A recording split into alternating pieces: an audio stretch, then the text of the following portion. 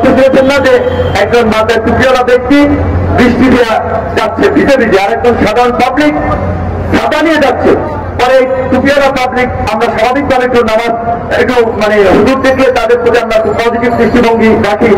তো সে বলছে, ভাই আপনি কি বেকুব নাকি? আল্লাহ রহমত থেকে বঞ্চিত হচ্ছেন কেন? বৃষ্টির ছাতা দিচ্ছেন কেন? আল্লাহ বৃষ্টি দিতে আপনি ছাতা ব্যবহার করতেছেন কেন? তো সে আপনার পরে ছাতাটা ফলাই দিচ্ছে, সে আল্লাহ রহমত ভিজে ভিজে যাইতেছে। পরে আবার দেখে যে পিছনে তাকাইয়া যে বলছে সে ছাতিটা ব্যবহার করতেছে। এই সরকার প্রচারণা এবং এই কালো টাকা সাদা করার সুযোগ দিয়ে মূলত আলটিমেটলি দুর্নীতিবাজদেরকে একটা অসম্ভব রকমের সুযোগ দিচ্ছে।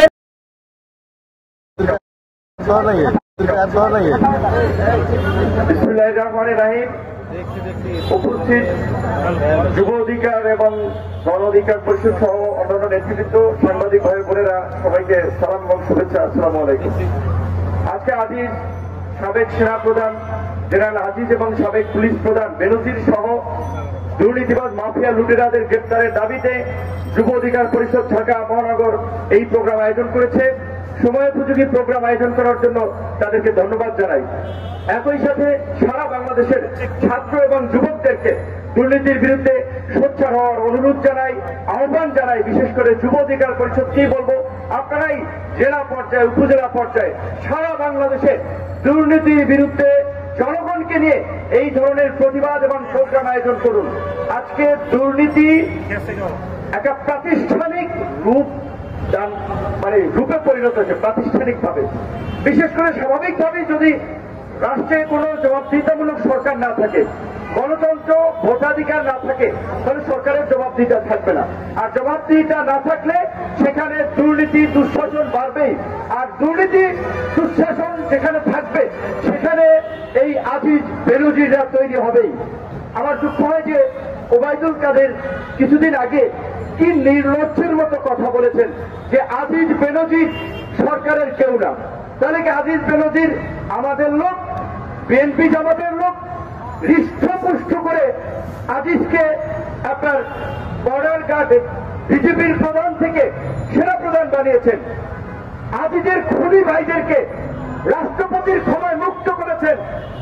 বেনজিরকে ডিএমপি কমিশনার থেকে আপনার বিরোধী দলকে গুম খুন করার জন্য র্যাবের প্রধান বানিয়েছেন, কসাই বানিয়েছেন, তারপরে পুলিশ প্রধান বানিয়েছেন। এমনকি মার্কিন যুক্তরাষ্ট্র যখন 7 জনকে গুরুতর মানবাধিকার লঙ্ঘন এবং দুর্নীতির কারণে নিষেধাজ্ঞা দিল, সেই সময় আপনারা তাদের বিরুদ্ধে ব্যবস্থা নেন নাই। মানে ওই যে একটা গল্প আছে না, যে যার এক কান কাটা লজ্জায় সে গ্রামের মধ্যে দিয়ে হাঁটে না, কান ধরে ধরে হাঁটে। আর যার 2 কান কাটা বেহায়ার মতো করে বাজারের মধ্যখান দিয়ে হাঁটে। আজকে মার্কিন যুক্তরাষ্ট্রের নিষেধাজ্ঞার পরেও সেনা প্রধান পদে তাকে বহাল রেখেছিলেন। আপনার নিষেধাজ্ঞার পরে পুলিশ প্রধান পদে বেনজিরকে বহাল রেখেছেন। এমনকি আল জাজিরাতে যে all the prime ministers main যে ডকুমেন্টারি হলো, যেখানে স্পষ্টভাবে দেখানো হলো আজিজ তার ক্ষমতার অপব্যবহার করে কিভাবে সেনাবাহিনীর কিছু অফিসারের মোরালিটি ধ্বংস করে তার ভাইদের পাসপোর্ট বানিয়েছেন। তারপরেও কিন্তু আজিজের বিরুদ্ধে ব্যবস্থা নেন নাই। কারণ এই জনবিচ্ছিন্ন লুটেরা ভারতীয় দাবেদার সরকার ক্ষমতায় থাকতেই বিরোধী দলের দমন পীড়নের জন্যই আজিজ বেনজিরদের মতো কসাই তৈরি করেছে। আজিজের কারণে আজকে আপনারা শুনেছেন বিএনপির আমলের এক ভদ্রলোক বিডিআর এর প্রধান ছিলেন, প্রায় টকশোতে তিনি কথা বলেন। তিনি বলেন তাদের একটা এমইউ আপনার বাংলায় বললে সমঝোতা, বোঝাপড়া বলতে পারেন। তাদের বোঝাপড়া ছিল সীমান্তে যদি একজন বাংলাদেশি মরে, ভারতের 2 জন মরবে, একজন বিএসএফ আরেকজন সিভিলিয়ান। এটা তাদের একটা বোঝাপড়া ছিল। যেই কারণেই সেই সময় সেই বেগুনবাড়িতে ভারতীয় বিএসএফ কে গণধোলাই দিয়েছিল আমাদের বিএসএফরা।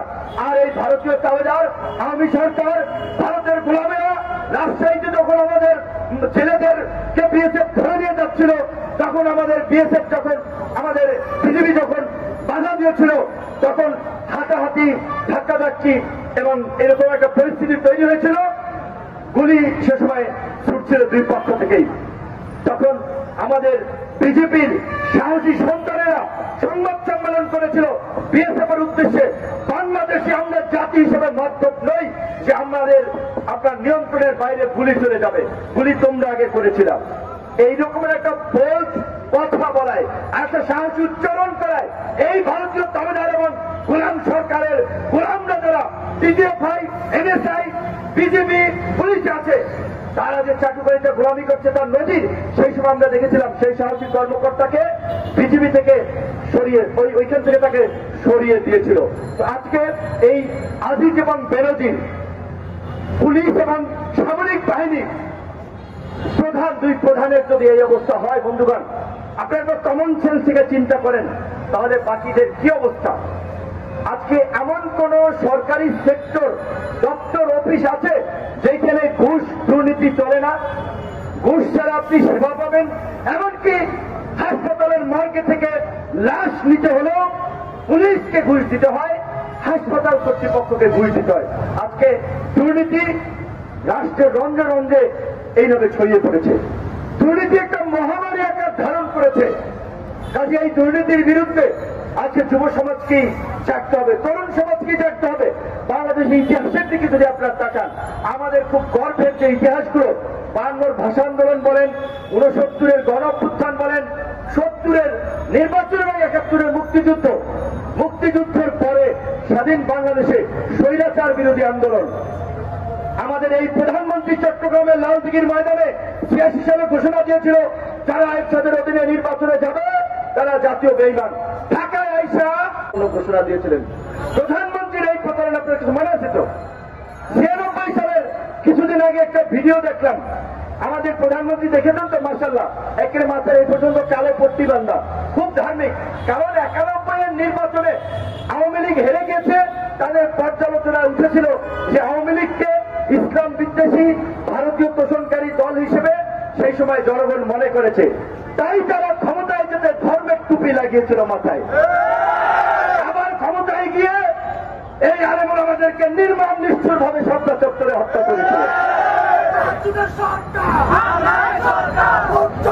এমনকি মাহমুদুল হক সহ আলেমরা আমাদেরকে কিভাবে চরিত্রে কালিমা লেপনের জন্য নাটক সাজিয়েছিল আপনারা দেখেছেন। অথচ এই প্রধানমন্ত্রী তো এই সৌরভ উদ্যানে বলেছিলেন রাষ্ট্র চলবে মদিনা সনদ অনুযায়ী। এখন তো জাহেলি সনদে দেশ চলছে, কিভাবে চলছে ভাই? সেই আপনার আরবের আইএমএ জাহেলিয়ার যুগ, আর এখন মানুষ বলছে দেশে এখন আওয়ামী জাহেলিয়াতের যুগ চলছে। কাজে তাদের কথায় এক, কাজে আর এক। তো এই ধর্মকে আওয়ামী লীগ রাজনীতিতে ব্যবহার করেছে ক্ষমতায় যাওয়ার জন্য। ভারতের কাছে দেশের স্বার্থকে বিকিয়ে দিয়ে বাংলাদেশকে আজকে ইজারা দিয়েছে আওয়ামী লীগ। আমার সীমান্ত দিয়ে, আমার বর্ডার দিয়ে, আমাদের দেশের অভ্যন্তরে ভারতের বাস চলবে, ট্রেন চলবে, গাড়ি চলবে, হেলিকপ্টার চলবে, নামে মাত্র ফ্রিতে, নামে মাত্র ট্রানজিটে। আমরা দেখতে পাবো না ওই বাসের মধ্যে কি গোলা বারুদ যাচ্ছে নাকি অস্ত্র যাচ্ছে, আমাদের সেই চেক করার শক্তি নাই। প্রধানমন্ত্রী তো বলেছিলেন ভারতকে যা দিয়েছি তা জীবন মনে রাখবে। আজকে এই ভারতের কিছুদিন আগের নির্বাচনের সময় কেজরিওয়াল, আপনার দিল্লির মুখ্যমন্ত্রী, তিনি বক্তব্য বলেছিলেন বৈশ্বিক প্রেক্ষাপট দিয়ে পাকিস্তানে ইমরান খানের মতো জনপ্রিয় নেতাকে বন্দী করে পাকিস্তানের এই শাসক গোষ্ঠী নির্বাচনের আয়োজন করেছে। হাসিনা তার দেশের বিরোধী দলীয় নেতাদেরকে জেলে পুরে নির্বাচন করেছে। মোদিও এই একই পদ্ধতি করছে, কারণ মোদি ওইখানে ইডি, সিবিআই দিয়ে এই আপনার কেজরিওয়াল থেকে শুরু করে আরো অনেককে হয়রানি করেছিলেন, দল ত্যাগ করেছিলেন, ভাগিয়ে নিয়েছিলেন। একেবারে দেখেন প্রধানমন্ত্রী এবং আওয়ামী লীগ এইখানে যা করছে, শাহজাহান ওমরকে নৌকা উঠেন, বেঈমানদেরকে দিয়ে বিএনপি ভাঙ্গে তৃণমূল করেছেন, এবং এই যে আমাদের কিছু দল ছুটছিল এই টাকা পয়সা দিয়ে একটা ভোট করে একটা বিরোধী দল বানাতে চেয়েছিল, কারণ জাতীয় পার্টি দিয়ে তাদেরকে পোষাচ্ছিল না, কিন্তু সেই স্বপ্ন তাদের পূরণ হয় নাই। কিন্তু এই পদ্ধতি ভারতেও মোদি অ্যাপ্লাই করতে চেষ্টা করেছিল। আজকে আওয়ামী লীগ খুব ডিজিটাল বাংলাদেশের কথা বলছে, স্মার্ট বাংলাদেশের কথা বলছে, একটু পড়াশোনা করলে গুগল ইউটিউবে গেলে দেখবেন এই কনসেপ্ট এবং প্রচারণা ছিল গুজরাটে মোদির প্রচারণা। ডিজিটাল বাংলাদেশের কথা বলছেন না, স্মার্ট বাংলাদেশ কত সুন্দর নাম শোনায়। আজকে গাইবান্ধা, রংপুর, দিনাজপুর, বরিশালে আমার কোনো ভাই, মা, বাবা হঠাৎ করে যদি অসুস্থ হয়, হার্ট অ্যাটাক করে হৃদরোগে আক্রান্ত হয়, তাকে প্রপার চিকিৎসা, যথাযথ চিকিৎসা দেওয়ার মতো জেলা হাসপাতালগুলোতে ব্যবস্থা আছে? তাহলে আমরা অসুস্থ হলে চিকিৎসা পাচ্ছি না, চিকিৎসা দেওয়ার মতো ব্যবস্থা জেলা পর্যায়ের হসপিটালগুলোতে নাই, তখন ঘোরা দিবেন স্মার্ট বাংলাদেশ আর ডিজিটাল বাংলাদেশ? আমি ঢাকা বিশ্ববিদ্যালয়ের ছাত্র হিসেবে ঢাকা বিশ্ববিদ্যালয়ের খবর জানি। ঢাকা বিশ্ববিদ্যালয়ের একটা সার্টিফিকেট উঠাইতে হলে যাও, ডিপার্টমেন্টে যাও, চেয়ারম্যানের সাইন নাও, প্রভোস্টের সাইন নাও, এইখানে দৌড়াও, ওইখানে দৌড়াও, একটা নাজেহাল কাণ্ড। দেশের সবচেয়ে বড় পাবলিক বিশ্ববিদ্যালয়, যেই বিশ্ববিদ্যালয়ের বলা চলে না হলে বাংলাদেশের সৃষ্টি হতো কিনা সন্দেহ আছে, সেই বিশ্ববিদ্যালয়ের এই অবস্থা, তাহলে অন্যান্য বিশ্ববিদ্যালয়গুলোর কি অবস্থা? কোথায় আপনার স্মার্ট বাংলাদেশ আর ডিজিটাল বাংলাদেশ? পাসপোর্ট করতে চান আপনি, যখন ভোটার এনআইডি আপনার হয়েছে, আপনার বাপ দাদার 14 গোষ্ঠী সমস্ত ডকুমেন্ট এনআইডির সার্ভারে আছে। পাসপোর্ট করতে গেলে তারপরেও তো দালালকে টাকা দেওয়া লাগে, হয়রানি, নানান ধরনের একটা আপনার পরিস্থিতি। তো তাহলে কে ঘোরা দিবেন? তোমরা স্মার্ট বাংলাদেশ করলা। হ্যাঁ, স্মার্ট বাংলাদেশ করেছো, ডিজিটাল বাংলাদেশ করেছো লুটপাট করার জন্য, বাংলাদেশ ব্যাংক থেকে রিজার্ভ গায়েব করার জন্য, শেয়ার বাজার থেকে শেয়ার বাজার লুট করার জন্য, এবং এই লুটপাটকে আড়াল করতেই এই স্মার্ট বাংলাদেশের গল্প শোনানো হচ্ছে। আমাদেরকে স্মার্টের কথা বলে বোকা বানাচ্ছে। গতকালকে বাজেট দিয়েছে ছাত্রলীগের আমাদের ভাইদের বক্তব্য শুনলাম, তারা নাকি প্রধানমন্ত্রীকে সমাজ বিজ্ঞানী, রাষ্ট্রবিজ্ঞানী, দার্শনিক বিভিন্ন পদে ভূষিত করেছে। তো এখন দলীয় নেত্রীকে, নেতা নেত্রীকে তো তারা ভূষিত করবে, সমাজবিজ্ঞানী, রাষ্ট্রবিজ্ঞানী, দার্শনিক, কূটনীতিক, আন্তর্জাতিক, হ্যাং ট্যাং, এমনকি এমনও বলেছে যে শেখ হাসিনার হাতে যতদিন দেশ থাকবে উপমহাদেশ ছাড়িয়ে এশিয়ার সবচেয়ে উন্নত সমৃদ্ধ রাষ্ট্র নাকি হবে। অথচ এশিয়ার মধ্যেও যদি আপনি তুলনা করেন, বাংলাদেশের শিক্ষা ক্ষেত্রে বরাদ্দ সবচেয়ে কম, স্বাস্থ্য খাতে বরাদ্দ সবচেয়ে কম। তো এই যে আমাদের ছাত্রলীগের বন্ধুরা, ছাত্র বন্ধুরা পড়াশোনা করেও তারা গোয়েবলসের মতো সরকারের দালালি করার জন্য, লেজুর ভিত্তি করার জন্য মিথ্যা কথা বলে জাতিকে বিভ্রান্ত করছেন, তরুণ সমাজকে নৈতিকভাবে বিচ্যুত করছেন মিথ্যার ভাবা বেরুন দিয়ে, যে এইটা শিক্ষা বান্ধব বাজেট, স্বাস্থ্য বান্ধব বাজেট, কৃষি বান্ধব বাজেট। অনেকদিন ধরে আমাদের সর্বমহলের বুদ্ধিজীবীরা বলে আসছেন বাজেটের ন্যূনতম 20% শিক্ষা খাতে বরাদ্দ দেওয়া উচিত বাংলাদেশের মতো একটা অনুন্নত এবং ওভার পপুলেটেড কান্ট্রির জন্য। এখন পর্যন্ত 53 বছরের ইতিহাসেও শিক্ষা খাতে বাজেট 12% ছাড়াইতে পারে নাই। গতবার ছিল 11.57, এইবার করেছে 11.88। তারপরে এই বাজেটে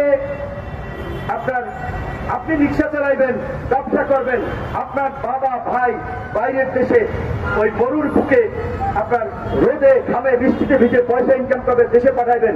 এই 200 টাকা যদি ব্যাংকেও রাখেন, সম্পদও করেন, আপনাকে কর দিতে হবে।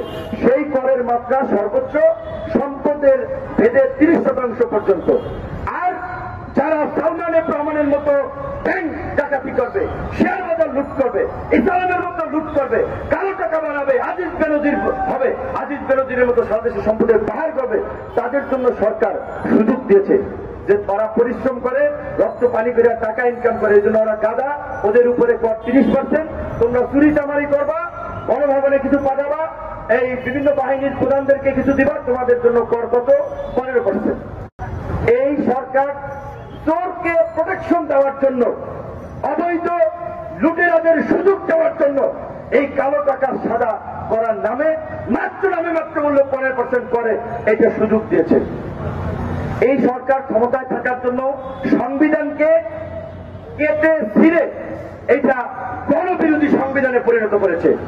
এই বাজেট একটা লাইনে বললে আমরা বলতে পারি এই বাজেট ঘুষ দুর্নীতিকে উৎসাহিত করার সংবিধান বিরোধী বাজেট।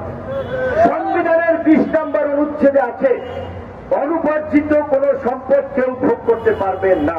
তাহলে এই যে 15% ঘুষ দিয়ে, আপনার কর দিয়ে, ভ্যাট দিয়ে, ট্যাক্স দিয়ে কালো টাকা দিয়ে সাদা করার সুযোগ দেওয়া হলো, তাহলে বাজেট দিয়েছেন অর্থমন্ত্রী এবং সরকার সংবিধানের বিরুদ্ধে গিয়ে বাজেট দিয়েছেন। এই সরকার সংবিধানের কথা বলছেন। গল্প শুনেছেন না যে একজন মাথায় টুপিওয়ালা ব্যক্তি বৃষ্টি দিয়ে যাচ্ছে ভিজে ভিজে, আর একজন সাধারণ পাবলিক ছাতা নিয়ে যাচ্ছে।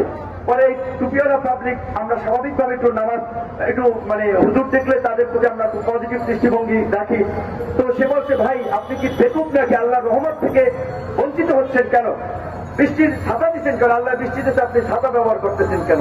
তো সে আপনার পরে ছাতাটা ফালাই দিচ্ছে, এটা আল্লাহর রহমত ভিজে যাইতেছে। পরে আবার দেখে যে পিছনে তাকাইয়া যে বলছে সে ছাতিটা ব্যবহার করতেছে। এই সরকার প্রতারণা এবং এই কালো টাকা সাদা করার সুযোগ দিয়ে মূলত আলটিমেটলি দুর্নীতিবাজদেরকে একটা অসম্ভব রকমের সুযোগ, বাংলাদেশের কথা বলে জনগণকে একটা ধোঁকাবাজি দিয়ে লুটপাটের রাস্তা তৈরি করছে। এই বাজেটের কিংবা যে কোনো ক্ষেত্রে সংবিধানকে সরকার একটা দোহাই দেয়। সংবিধানে আছে, নির্বাচন নিয়ে বলেছে না, এক চুল পরিমাণও নড়া যাবে না। আর এই যে দেখেন, তাদের একটা বাজেট করতে গিয়ে